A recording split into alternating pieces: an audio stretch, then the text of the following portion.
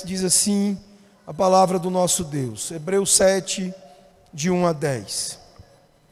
Porque este Melquisedeque, rei de Salém, sacerdote do Deus Altíssimo, que saiu ao encontro de Abraão, quando voltava da matança dos reis, e o abençoou, para o qual também Abraão separou o dízimo de tudo. Primeiramente se interpreta rei de justiça, depois também é rei de Salém, ou seja, rei da paz. Sem pai, sem mãe, sem genealogia, que não teve princípio de dias, nem fim de existência. Entretanto, feito semelhante ao Filho de Deus, permanece sacerdote perpetuamente. Considerai, pois, como era grande esse, a quem Abraão, o patriarca, pagou o dízimo tirado dos melhores despojos. Ora, os que dentre os filhos de Levi recebem o sacerdócio, têm mandamento de recolher, de acordo com a lei, os dízimos do povo, ou seja, dos seus irmãos, embora tenham estes descendido de Abraão. Entretanto, aquele cuja genealogia não se inclui entre eles, recebeu os dízimos de Abraão e abençoou o que tinha as promessas. Evidentemente, é fora de qualquer dúvida que o inferior é abençoado pelo superior. Aliás, aqui são homens mortais os que recebem dízimos, porém ali, aquele de quem se testifica que vive. E por assim dizer, também Levi, que recebe dízimos, pagou-os na pessoa de Abraão, porque aquele ainda não tinha sido gerado por seu pai, quando Melquisedeque saiu ao encontro deste. Vamos orar mais uma vez. Senhor nosso Deus, nosso Pai, nós estamos com a Tua palavra aberta, Senhor, para ser exposta ao Teu povo, a palavra de Cristo, a palavra que nos revela a glória do Senhor Jesus e nos convida a ela, à Sua graça, à vida na dependência dEle sob Seu reinado. Ó Deus, e nós te pedimos neste momento que o Senhor nos conduza segundo ao Pai a direção e o poder do Santo Espírito, para que o Espírito Santo, ó Deus, ele esteja assegurando, ó Deus, a fidelidade e sustentando o mensageiro limitado, pecador imperfeito que Tu usas.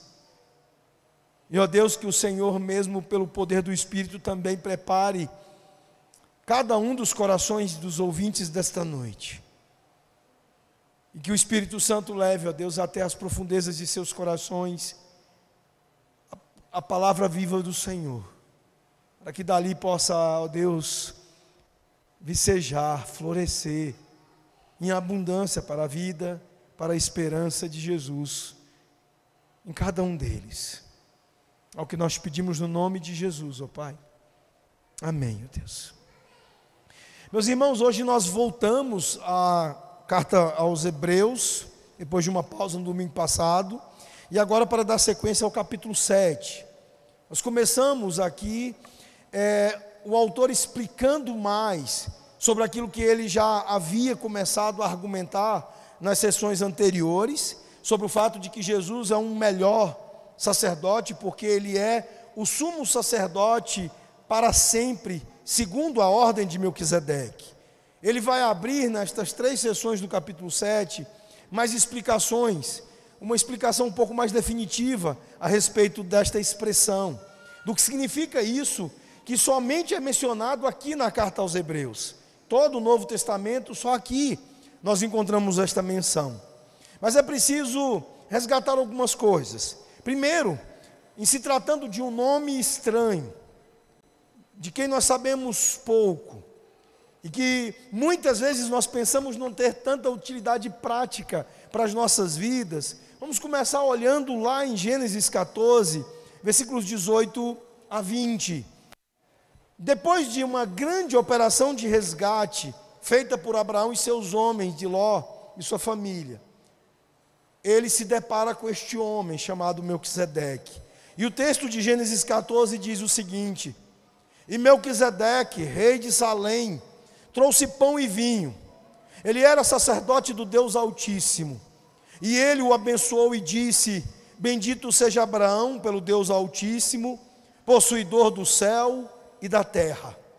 E bendito seja o Deus Altíssimo que entregou os teus inimigos nas tuas mãos. E Abraão deu-lhe 1/10 de tudo.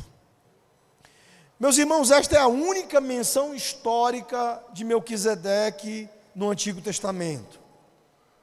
No entanto, o que vemos é de grande importância para a aliança em muitos aspectos.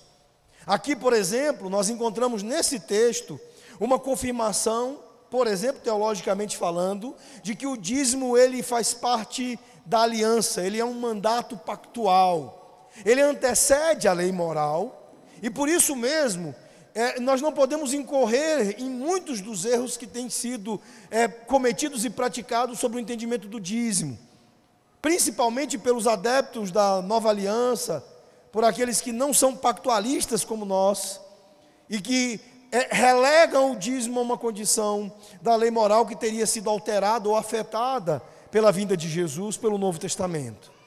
Então esse texto é importante, fundamental para este aspecto teológico tão importante, o de fincar, de estabelecer o dízimo como um mandato pactual. Mas é muito mais importante por tantas outras coisas. Para nós, o nosso texto de Hebreus, nesta noite, é um texto fundamental pelas menções diretas que são feitas aqui.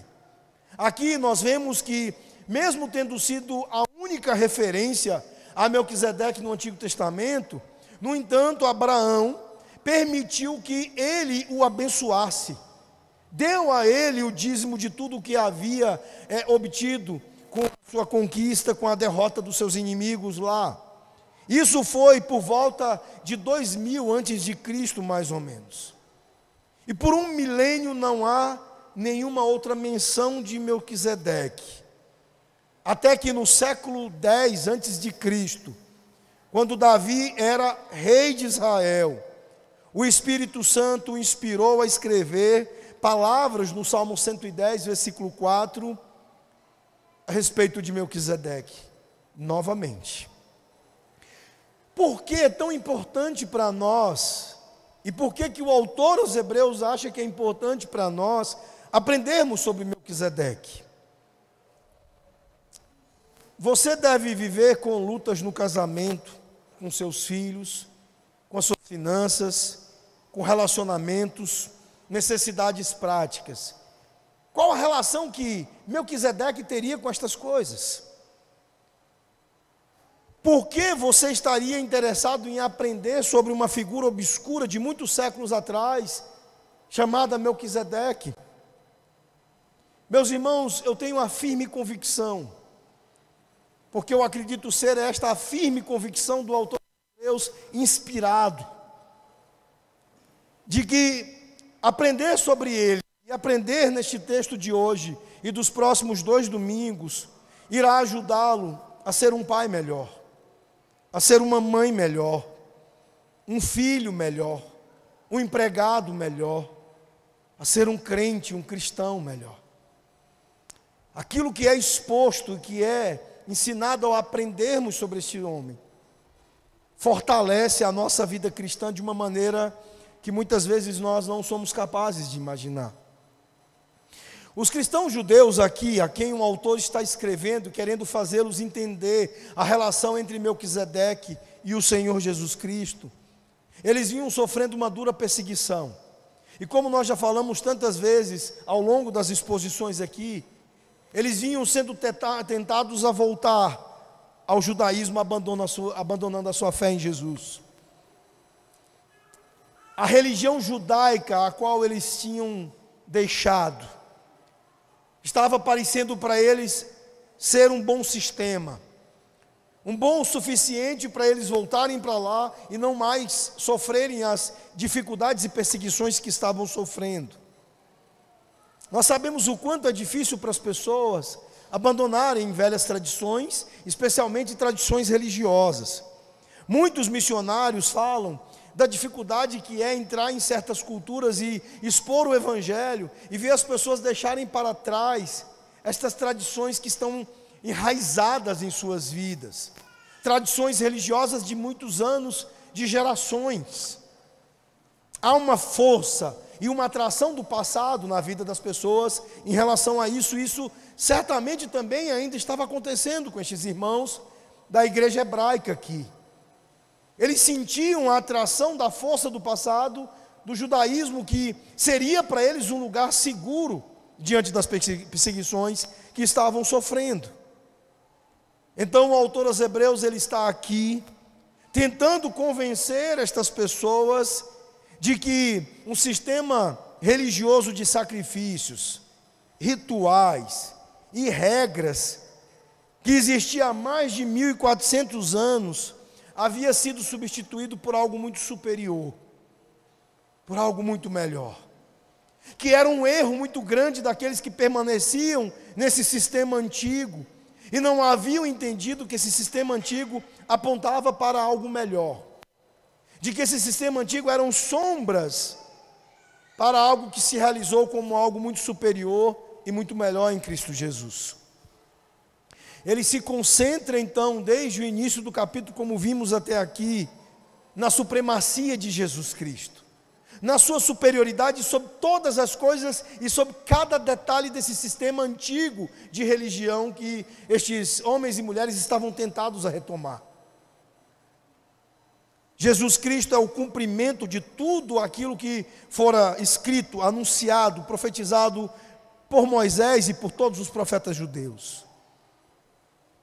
Isso prova, ele argumenta a superioridade de Jesus sobre todo o sistema religioso judaico. E ele introduz um tema que só é tratado aqui, justamente porque esta era a intenção, e esta continua sendo a intenção hoje. Fortalecer a nossa convicção de que Jesus não é simplesmente um bom mestre, um bom professor e um bom sistema e uma boa opção, mas ele é supremo e superior a todas estas ofertas religiosas. Ele é o nosso sumo sacerdote. E nesta sessão ele vem argumentando que ele é o nosso sumo sacerdote, segundo a ordem de Melquisedeque e para sempre. Veja, uma coisa importante para os ouvintes originais e para nós, é que nós só apreciaremos o que ele está argumentando aqui, se nós entendermos a necessidade que se tinha e que se tem de um sumo sacerdote.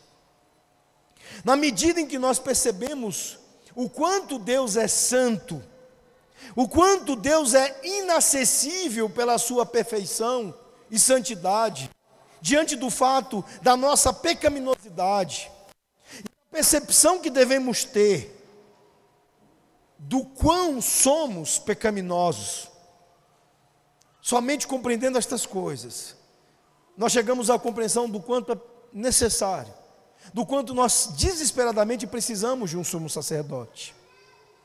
Nós trabalhamos há um tempo atrás, há alguns anos, com vocês, os estudos no livro do Robert Tooney, que fala sobre a centralidade de Cristo. E ele tem um gráficozinho chamado gráfico da cruz. Eu não sei quantos se lembram deste gráfico. Neste gráfico ele levanta uma haste, em que a haste precisa ser cada vez mais ampliada. Ou seja, quanto mais nós ampliamos a nossa percepção da santidade de Deus, essa haste se afasta, ela angula para cima. E a outra haste, a da nossa pecaminosidade, ela vai se abrindo cada vez mais, quanto mais nós entendemos a nossa pecaminosidade. Se afastando para um rumo à santidade de Deus ampliada em nossa perspectiva. E se afastando para baixo, e ainda mais de Deus quando nós percebemos a nossa pecaminosidade. E então ele diz que este vazio é o que define a nossa perspectiva, a nossa compreensão da necessidade de um sumo sacerdote. É aqui que nós aumentamos a cruz de Cristo, ao invés de fazer aquilo que habitualmente fazemos, que é encolhê-la, pensando que nem Deus é tão santo quanto é, nem nós somos pecadores ou tão pecadores como nós de fato somos. Meus irmãos, então, esta era uma coisa que o povo entendia, e por isso eles entendiam a necessidade de sacerdotes. Israel no deserto, por exemplo, tinha visto Moisés subir ao monte na nuvem, com relâmpagos e trovões e um som de trombeta, e eles ficaram apavorados. Algo incomum nos nossos dias, onde as pessoas se sentem tão à vontade nos cultos e na presença de Deus, que a irreverência é mais a regra do que a reverência e o temor do Senhor. Se o povo chegasse muito perto da montanha, Deus ele advertia que ele iria irromper sobre eles com uma praga imortal, o que é dito lá em Êxodo 19, versículos 10 a 25. Os judeus eles sabiam que não podia adentrar os santos dos santos, porque se eles tentassem conversar com Deus, eles seriam fulminados, eles seriam mortos, e somente o sumo sacerdote podia entrar ali apenas uma vez por ano e com sangue, e fazendo precisamente aquilo que Deus havia ordenado fizessem. O povo sabia o quanto eles precisavam desesperadamente de um sumo sacerdote, se eles quisessem se aproximar de Deus, porque não haveria forma de fazer isso, não fosse assim. Agora, o que nós vemos na nova aliança é que Deus declarou algo novo, e Ele já havia profetizado isso. Ele profetizou que Ele traria para a história alguém que seria tanto sacerdote, como rei do seu povo, como Melquisedeque é aqui no nosso texto. E este reino e este sacerdócio, ele duraria para sempre, como nos é descrito também o reinado e o sacerdócio de Melquisedeque.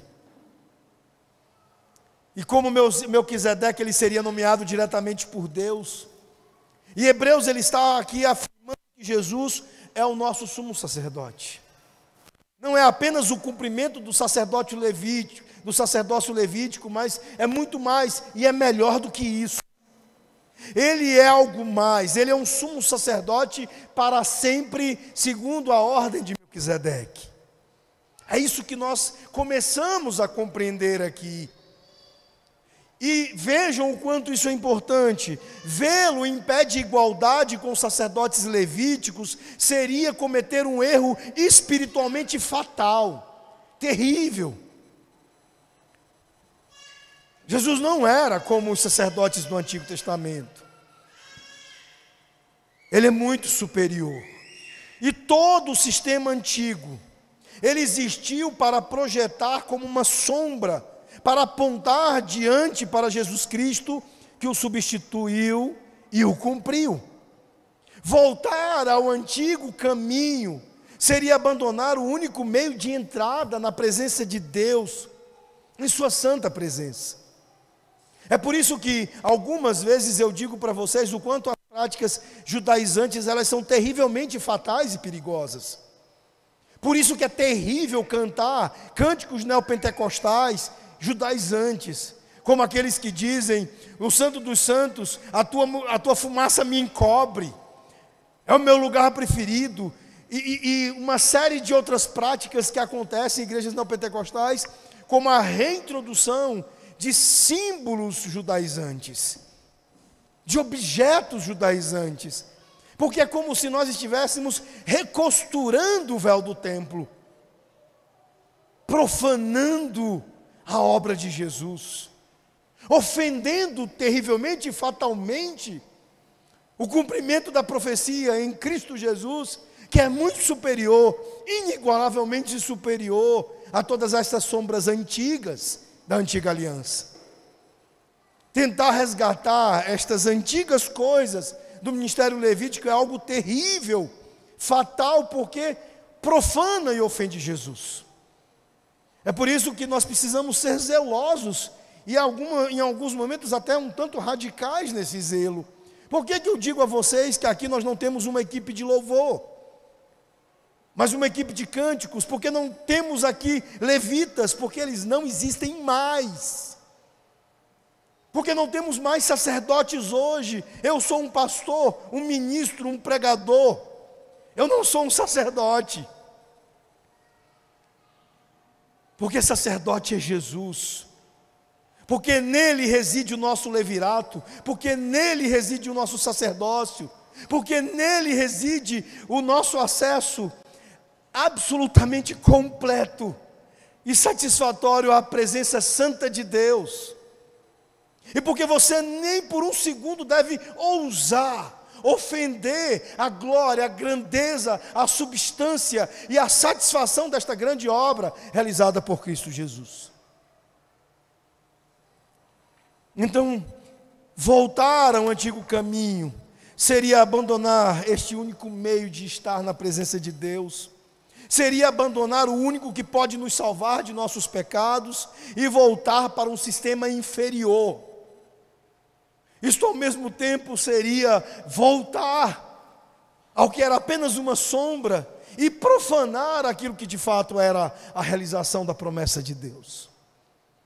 O meio pelo qual nós poderíamos estar na sua santa presença.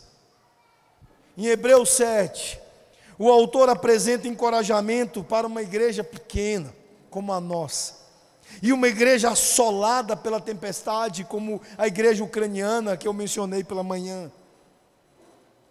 Ele alimenta-os com a glória e a supremacia de Cristo, e o argumento de que ele é um sacerdote superior a todos os da antiga aliança judaica, para deixar claro de que eles estavam na melhor esperança, para deixar claro de que não havia outra esperança em que eles pudessem viver, em que eles pudessem se estabelecer em suas vidas.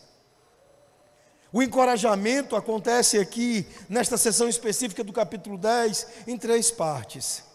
Na primeira de hoje, dos versículos de 1 a 10, ele de uma maneira muito direta, ele nos traz uma argumentação histórica para nos falar de uma garantia deliberada. Há uma garantia divina para o seu povo, através do sacerdócio de Jesus, que é sumo sacerdote para sempre, segundo a ordem de Melquisedeque. E uma garantia deliberada pelo próprio Deus, enraizada na história de Israel, enraizada nesse misterioso personagem bíblico chamado Melquisedeque. 3 coisas nós vemos aqui a respeito deste homem e a sua relação com Cristo, e que nos encorajam, e que eu espero que encoraje você para que saia daqui esta noite, certo de que você está no melhor caminho, porque Deus te deu uma garantia deliberada, histórica, de que Jesus é o sumo sacerdote que você precisa. Em primeiro lugar, meus irmãos, Melquisedeque era significativo para Israel.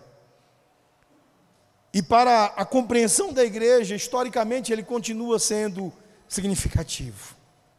Eu e você, pelo Evangelho, em Cristo Jesus, se quisermos ser melhores pais, mães, maridos e esposas, filhos, empregados, crentes, nós precisamos conhecer este homem e entender, pela importância dele, a garantia que o Senhor Deus nos dá a respeito de Jesus, através desse personagem histórico.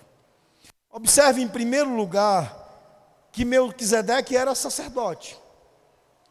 A obviedade das obviedades aqui. Mas veja, ele era sacerdote bem antes de Arão e Moisés. Ainda não havia lei, ainda não haviam sacrifícios, ainda não havia templo. E ele já era sacerdote. O sacerdote sequer ainda havia sido estabelecido. E ele já era sacerdote. Mas aqui está este homem, um sacerdote do Deus Altíssimo. E novamente, o texto também diz que ele era um rei. Vejam comigo os primeiros versículos 1 e 2, ele diz: porque este Melquisedeque, rei de Salém, sacerdote do Deus Altíssimo, que saiu ao encontro de Abraão, quando voltava da matança dos reis, e o abençoou, para o qual também Abraão separou o dízimo de tudo. Primeiramente, se interpreta rei de justiça, depois também é rei de Salém, ou seja, rei de paz. Então, este é um homem de significativa importância para Israel, significativo para toda a teologia, para toda a revelação do Antigo Testamento, e nós não podemos desprezar esta importância. Nós precisamos ir lá e começar de lá. O texto está dizendo que ele é rei de Salém, que significa paz. Assim como Jerusalém era a cidade da paz, Melquisedeque era o rei da paz. Guarde isso, porque isso será importante daqui a pouco. Veja bem, Israel, como na maioria dos países, você não poderia ser rei a menos que você viesse de uma família real. E o que diz o versículo 3? Sem pai, sem mãe, sem genealogia. O que isso nos aponta, meus irmãos? Nos aponta a designação de Deus. Aqui nós temos um rei, e aqui nós temos um sacerdote nomeados diretamente por Deus, designado pelo próprio Senhor Deus. Da mesma forma, em Israel, você não poderia ser sacerdote a menos que você viesse de uma família específica da tribo de Levi e fosse um descendente de Arão. Mas o versículo 3 está dizendo aqui a mesma coisa, valendo para o sacerdócio. Então, tanto como rei, como sacerdote, este homem é um homem designado por Deus. Um homem sem pai, sem mãe, nem genealogia. Agora veja, o que continua o texto dizendo, que não teve princípio de dias, nem fim de vida. Além disso, das exigências mencionadas antes de família real ou de uma descendência levítica, você tinha que ser um ou outro, ou rei ou sacerdote. Um sacerdote não pode ser rei, e um rei não pode ser sacerdote. Seriam descendentes de famílias diferentes. E, no entanto, Melquisedeque não era descendente de um sacerdote ou de um rei. Mas aqui o que o texto está dizendo é que ele era tanto rei quanto sacerdote. E ainda por cima, um sacerdote levítico, ele só poderia servir por um período de tempo limitado. Não mais do que 30 anos de serviço sacerdotal. Mas o texto está dizendo aqui que Melquisedeque era um sacerdote para sempre. Então, meus irmãos, nós vemos nestas expressões, nestas designações todas, o quão significativo Melquisedeque era para Israel. Ele era um rei em Israel antes de existir o reino de Israel. Ele era um sacerdote em Israel antes do sacerdócio de Israel. E nenhuma das restrições normais aqui se aplicam a ele. Mas não só ele é significativo para Israel, mas o texto ainda nos diz que ele era superior a Abraão. Abraão, que é simplesmente o pai dos hebreus, e não apenas isso, mas o pai de todas as nações. Olha o que diz o verso 4: considerai, pois, como era grande esse, a quem Abraão, o patriarca, pagou o dízimo tirado dos melhores despojos. Ora, os que dentre os filhos de Levi recebem o sacerdócio, têm mandamento de recolher, de acordo com a lei, os dízimos do povo, ou seja, dos seus irmãos, embora tenham estes descendido de Abraão. Entretanto, aquele cuja genealogia não se inclui entre eles, que não está entre os sacerdotes de Israel, recebeu dízimos de Abraão e o abençoou o que tinha as promessas. Meus irmãos, Abraão, ele foi o pai de Israel. Ele era o patriarca dos patriarcas. Aos olhos das gerações seguintes, ele foi considerado o maior dos homens. Era assim que o judeu, aqueles a quem o autor aqui está escrevendo, que consideravam voltar para o judaísmo, durante suas vidas haviam pensado. Durante suas tradições religiosas anteriores, haviam crido fortemente. E, no entanto, quando Melquisedeque aqui encontra Abraão, ele reconhece a sua superioridade. E o gesto onde ele manifesta o reconhecimento dessa superioridade é o fato de lhe entregar os dízimos. Este foi um entendimento calculado por Abraão. Calculado pelo fato de que ele entendeu que estava na presença de alguém que era maior do que ele. E isso simplesmente é contundente o suficiente para afirmar a importância de Melquisedeque para os judeus.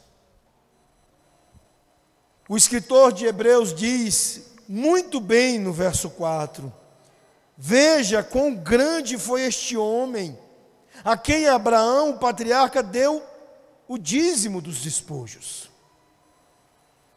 Veja, os levitas, eles conseguiam recolher os dízimos do povo, porque a lei assim determinava a eles. Mas este homem está perante a lei, perante os levitas, e não recolhe do povo, mas do próprio Abraão, daquele próprio que era considerado o pai de todos os judeus. E porque era Abraão quem estava pagando, os levitas, eles descendiam de Abraão. Era como se os levitas estivessem pagando adiantado. E se Melquisedeque era superior a Abraão, então certamente ele era superior àqueles que eram inferiores a Abraão, os levitas. O autor está nos mostrando que o sacerdócio de Melquisedeque era um sacerdócio superior ao sacerdócio dos levitas. Agora, é importante aqui também o fato de Melquisedeque ter abençoado Abraão. Não apenas teve a sua superioridade reconhecida e a ele foram dados os dízimos, mas ele, na sua superioridade, ele abençoa Abraão. Normalmente a pessoa menor é abençoada pela pessoa maior. E embora Abraão ele fosse aqui aquele que detinha as promessas, como diz o texto, embora ele fosse o escolhido de Deus, e Deus tivesse prometido nele abençoar todas as nações, é ele que está aqui sendo abençoado. É ele aqui que está sendo afirmado como sendo o menor, porque ele é abençoado pelo maior, Melquisedeque. O texto diz que Melquisedeque abençoou aquele que tinha as promessas, e não houve disputa. O menor é abençoado pelo superior. Vejam o verso 7. Evidentemente é fora de qualquer dúvida. Não há debate, não há disputa, não há questionamento, que o inferior é abençoado pelo superior. Ou seja, meus irmãos, está patente e claro para nós, em nosso texto, que o abençoador supremo das nações, o Pai das nações, o homem a quem Deus designou como escolhido para abençoar todas as nações da terra, para ser o Pai do seu povo e de todas as outras nações, está aqui sendo inferior, sendo abençoado por este sumo sacerdote. Todo o resto da humanidade seria abençoada por Abraão, mas ele está aqui sendo abençoado por Melquisedeque. Por que todas estas coisas são importantes? Por que e como nós encontramos as aplicações, as compreensões práticas dos efeitos da importância de entendermos isso aqui? Porque todas estas coisas são um prenúncio de Cristo. Melquisedeque é ao mesmo tempo um tipo e uma profecia, um prenúncio de Cristo, do nosso sumo sacerdote para sempre, segundo a ordem de Melquisedeque. Ele é um tipo, é um modelo, um precursor de Cristo. Mas Melquisedeque é apenas um tipo daquele que é ainda maior do que ele, o Senhor Jesus Cristo. Um escritor do século XII chamado Herveus, ele citado por Philip Hughes, ele diz o seguinte, aplicando a verdade a Cristo em nosso texto. Ele diz: Melquisedeque, que era sinal e sombra, é preferido a Abraão, e a todos os sacerdotes levíticos, quanto mais Cristo, que é a verdade e a substância. Se um tipo de Cristo é maior do que aquele que tem as promessas, quanto mais o próprio Cristo. Meus irmãos, o objetivo não é outro, senão exatamente esse: fazer com que aqueles que estavam duvidando da superioridade de Cristo, da sua supremacia, estavam vacilantes e considerando a possibilidade de voltarem ao judaísmo, que eles pudessem ter suas convicções, sua fé reforçada, que eles pudessem ser encorajados e animados com o fato de que eles estavam no melhor lugar, com a melhor pessoa, com Deus, Filho, o nosso sumo sacerdote para sempre, segundo a ordem de Melquisedeque. Melquisedeque era um sacerdote superior aos levitas, e Cristo é o nosso grande sumo sacerdote superior a todos eles. Melquisedeque era um rei antes do reino, e Cristo é o rei dos reis e senhor dos senhores, e quem estabeleceu o reino. O versículo 3 diz que a pessoa de Melquisedeque era semelhante ao Filho de Deus, mas Cristo é o Filho de Deus. Melquisedeque não teve princípio nem fim. Cristo é o princípio e o fim, o alfa e o ômega, o primeiro e o último. Melquisedeque recolheu dízimos até mesmo de Abraão, e Cristo é o dono de tudo, é tudo dele, como nós já vimos nos versículos anteriores, nos capítulos anteriores. Dízimos e ofertas meramente reconhecem a sua propriedade de nossa própria mordomia e de nossa vida inteira. Se todas estas coisas já apontam para coisas grandes, Abraão, o sacerdócio levítico de que tanto o povo carecia, necessitava, o sacerdote que fazia os sacrifícios por eles uma vez por ano no Santo dos Santos, o pai Abraão, se todas estas coisas e figuras já são grandes, e se Melquisedeque é maior do que elas, e se Cristo é maior do que eles, então, meus irmãos, os nossos pensamentos a respeito de Jesus estão pequenos. E assim como aqueles irmãos da igreja hebraica, eles precisam ser aumentados em compreensão, em perspectiva, em conhecimento de quem é Jesus. Veja, as qualificações de Melquisedeque para ser sacerdote e rei, elas foram superadas por Jesus. Melquisedeque era o rei da justiça. 1 João 2,1 diz que Cristo é o justo, ele é a própria justiça. Melquisedeque era o rei da paz. Efésios 2,14 diz que Cristo é a nossa paz. O caráter de justiça e paz de Melquisedeque foi perfeitamente cumprido em Cristo Jesus, como a personificação de todas estas qualidades, todas estas características personificadas nele. Ele é, meus irmãos, superior a tudo isso. O próprio propósito de Melquisedeque era simplesmente apontar adiante de Cristo. E eu creio firmemente que um dos motivos pelos quais a Escritura fala tão pouco de Melquisedeque é para que a gente não perca de vista isso. O fato de que ele é como uma seta, apontando para quem de fato nós devemos olhar. Se crentes fracos já fizeram músicas para o Labassuri Onderá, se conseguem inventar adoração de anjos, imagina a quantidade de erros que teriam cometido se o Espírito lhes desse mais páginas e mais escritos a respeito de Melquisedeque. Ele fala o que é suficiente e necessário sobre este nome tão misterioso, para que possamos saber para onde olhar. E os nossos olhos precisam ser colocados em Jesus. Se Melquisedeque pôde abençoar Abraão, O que o nosso texto está dizendo é que quanto mais o Filho de Deus está pronto e capaz de abençoar aqueles que se aproximam de Deus por meio dele. Esta é a grande mensagem para os seus corações esta noite. Nós temos uma esperança melhor.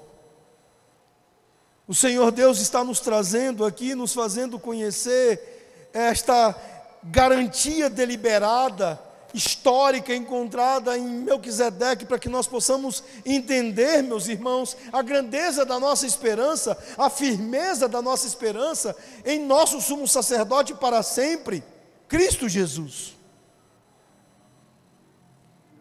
E algumas aplicações que você precisa fazer para que você de fato viva as bênçãos da compreensão destas verdades. A primeira delas é que você precisa entender que o que você crê sobre Jesus Cristo faz uma enorme diferença. Os hebreus, eles corriam o risco de se afastar da fé, porque eles estavam vacilantes a respeito do que criam sobre Jesus. E meus irmãos, muitos de nós estão incorrendo hoje no mesmíssimo erro. O erro de pensar em Jesus apenas como mais um. O erro de simplesmente pensar em Jesus como um bom professor, um bom mestre, como simplesmente mais uma opção, dentre muitas opções de salvadores. Nós precisamos entender que Jesus é o único mediador entre Deus e os homens. Nós precisamos saber que, se nós precisamos tanto de um sacerdote, precisamos entender que Jesus é o único sumo sacerdote. Eles não compreendiam quanto maior era Jesus em relação ao que o próprio Melquisedeque em si prefigurava. A pergunta mais importante do mundo, eu já disse isso para vocês outras vezes, é a pergunta feita pelo Senhor Jesus aos 12. Quando ele indaga: quem vocês dizem que eu sou? Eu lhes pergunto esta noite. Jesus está diante de vocês e perguntando a vocês: quem vocês dizem que ele é? Quem é Jesus para você? O que você conhece de Jesus? O que você sabe sobre a sua pessoa, sobre sua divindade, sobre sua humanidade?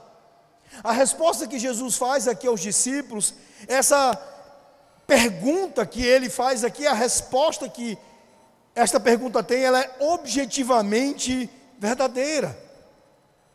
O seu destino eterno depende dessa resposta.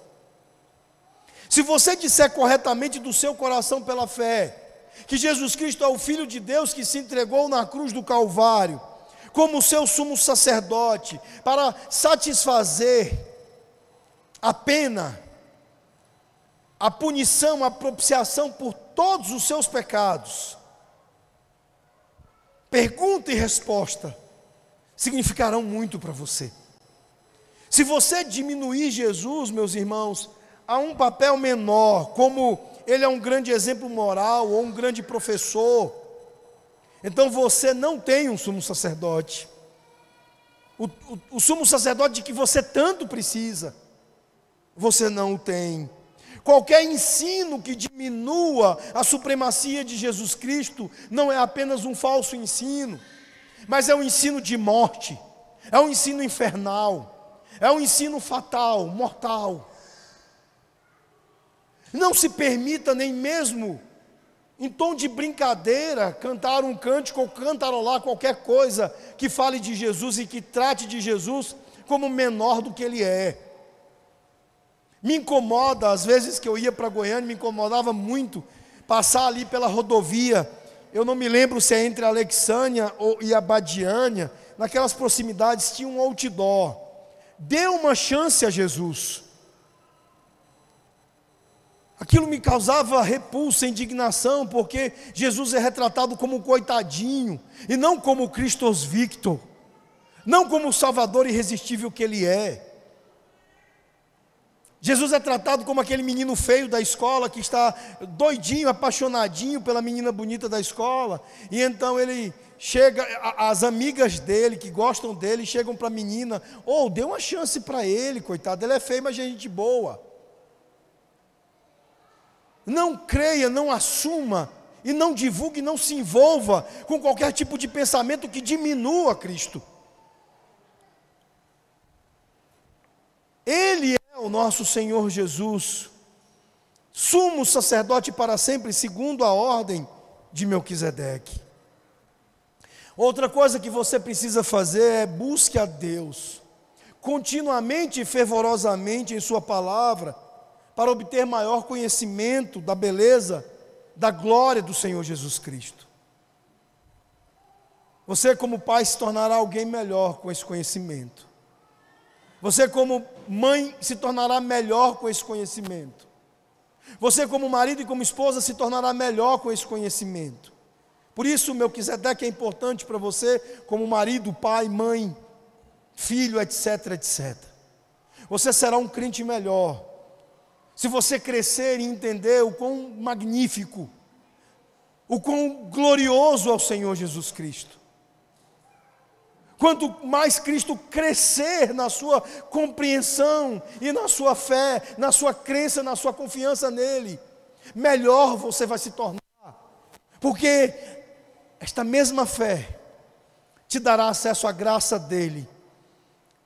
E será a fonte, o acesso à presença santa de Deus, que te alimenta, que te fortalece, que te dá o caráter dele, que te faz melhor.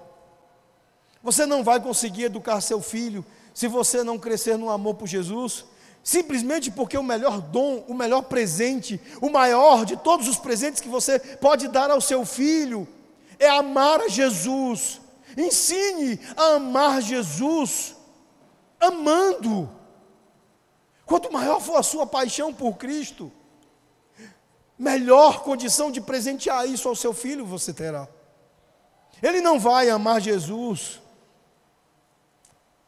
como forma de aprendizado do papai e da mamãe que não amam Jesus como deveriam. Ame Jesus, seja apaixonado por Ele, seja cheio de deleite, de fervor, de alegria por Ele. Seja alegre em viver cada dia, cada manhã, cada tarde, cada noite com Jesus, e você vai dar ao seu filho isso como presente. O teu filho vai poder falar a melhor coisa de você no teu funeral, se ele puder dizer ao mundo, gritar ao mundo: papai me deu um amor grandioso por Jesus, ele me ensinou a amar Jesus, ele me ensinou a conhecer Jesus e a crescer em conhecer Jesus todos os dias. Você não poderá em toda a vida dar algo melhor para o seu filho do que isso. A busca de toda a vida de Paulo como crente foi considerar todas as coisas como perda em vista do valor supremo, do conhecimento de Cristo Jesus, como ele diz em Filipenses 3:8. Então, por que você precisa saber sobre Melquisedeque? Porque como uma seta ele te aponta para entender que Cristo é maior, e que ele é inigualavelmente maior, ele é incomparável. Porque ele é um portal que Deus providenciou para falar a você sobre Cristo. E se você deseja suportar dificuldades e até perseguição, se deseja a bênção de Deus sobre a sua vida, sobre sua família, sobre seus relacionamentos, se você deseja resistir à tentação, ao inimigo, você precisa buscar a Deus tendo uma visão mais clara a respeito de quem Cristo é. As coisas da terra se tornarão estranhamente obscuras à sua luz, à luz de sua glória e graça. Conheça Jesus e você será um marido melhor, uma esposa melhor. Se queremos as bênçãos de Deus, nós devemos buscá-las em Cristo, porque todas as promessas de Deus estão nele. O que você precisa de Deus hoje, agora? Eu te asseguro que está em Jesus. O que você precisa para a sua vida agora, exatamente neste momento, eu te garanto que está em Cristo Jesus. Não há outro em que você possa encontrar todas estas coisas, todas as coisas prometidas pelo Senhor Deus. Alegria em meio às provações, sim, Ele tem para você. Graça para suportar, sim. Vitória sobre o pecado, sim. Cura das feridas passadas, sim. Aquilo que o psicólogo não tem conseguido arrancar de você, as suas dores, as suas ansiedades, os seus temores, sim. E principalmente, vida eterna. Uma comunhão de amor e vida que só nós encontraremos nele e no dia dele, no dia da sua glória, no dia da sua vinda, para todo sempre. Sim, Jesus, ele é o sumo sacerdote perfeito que distribui as bênçãos de Deus para todos aqueles que desejam viver segundo as promessas de Deus. E esse é o convite para você nesta noite. Aproxime-se dele. Conheça cada vez mais o Senhor Jesus. Ame-o. Maravilhe-se com ele. Deleite-se nele. Ele é tudo o que você precisa. Que Deus o abençoe e que te alimente com esta melhor esperança, com esse tão doce nome chamado Jesus.